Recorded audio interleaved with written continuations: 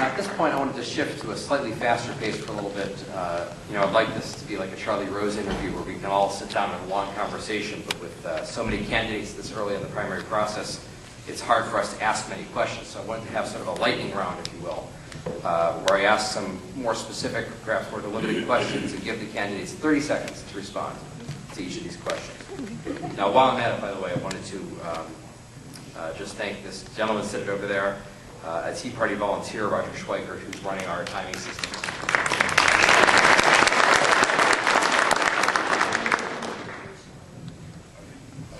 While I'm at it, so let's start.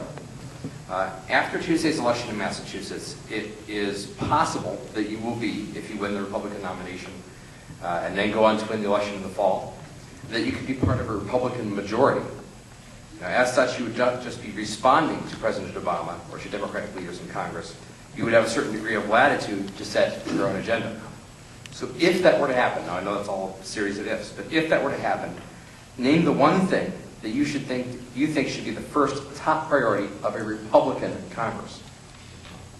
We'll be starting with Mr. Ferrin. You last first, that's not. He was first. Oh, yeah, 30 seconds. Wow.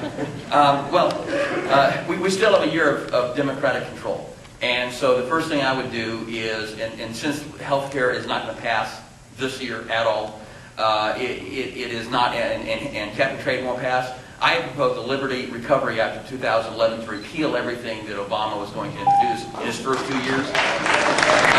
Because his programs are all anti-liberty. It won't be as powerful, but we do have a year of poor legislation coming. Ms. Morton. Ms. Morton, balance the budget, stop the spending, stop printing the money, and cut the taxes, capital gains, cut the Social Security taxes, and do away with the death tax, reduce the IRS. Just go down the list. Whatever we can do to roll back, repeal what's been done, and then cut back from there.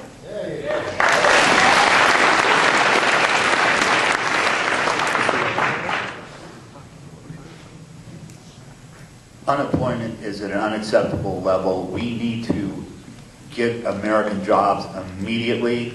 So my focus for my campaign, I have on some specific tax cuts, reducing the corporate tax rate, abolishing the capital gains tax, and abolishing the state taxes. Let's get people back to first and right now.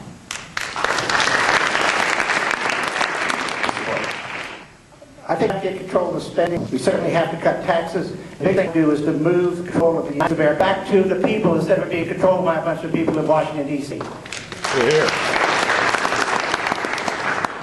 Mr. McKelvey. Cut spending, cut the federal government by 20%, and institute the fair tax. Add a committee on the floor and get it as rapidly as possible, because I feel that is the best chance. McPadden. The most important issue today is the economy, and the way we get the economy back is we produce jobs. Government is incapable of producing jobs. Don't let them say that. You want jobs in this country, you cut taxes. You cut taxes across the board, and you cut them drastically. That's where Republicans are good about talking. What they're not good about talking about is doing the other half of the equation, which is cutting the size and the scope of government. It's irresponsible to cut taxes without cutting the size of government. You just increase the deficit. Cutting taxes will bring back jobs and the economy. Thank you.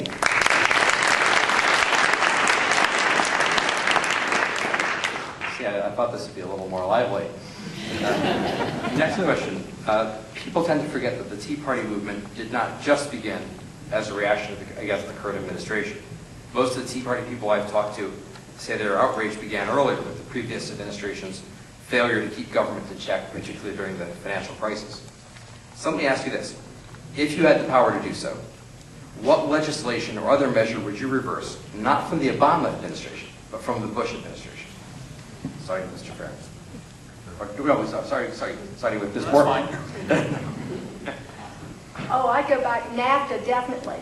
NAFTA is draining our American jobs overseas, and I would take NAFTA off the table and bring our manufacturing jobs and businesses back into this country. And also the TARP the TARP money that was given out there by the Bush administration. I think that was wrong to try to bail out businesses that made bad decisions, and we had no business in interfering with the free enterprise system and bailing out poor business management.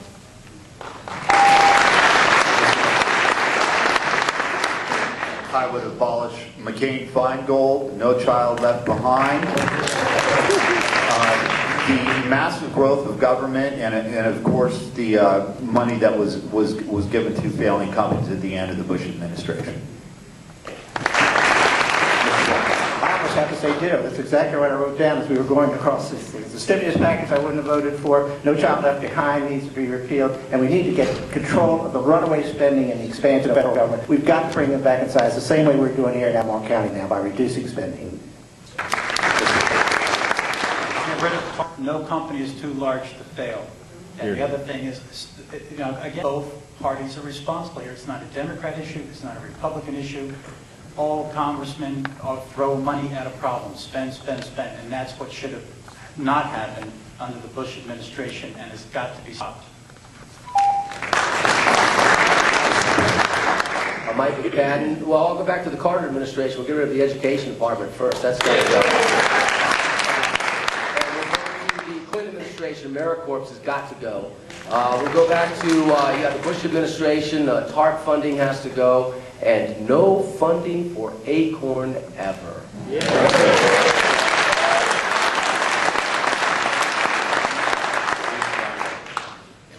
Ron Ferrin. Well, of course, these are all great.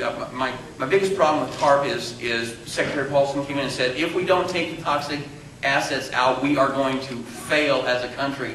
They gave them the money, they didn't take them out, and we didn't fail. There are hundreds of programs also every year that are renewed automatically. We're spending $28 million to subsidize mohair in order to keep our military uniforms affordable. We haven't used mohair since the Korean War. There are hundreds of programs from previous administrations all 50 years. They need to be immediately repealed.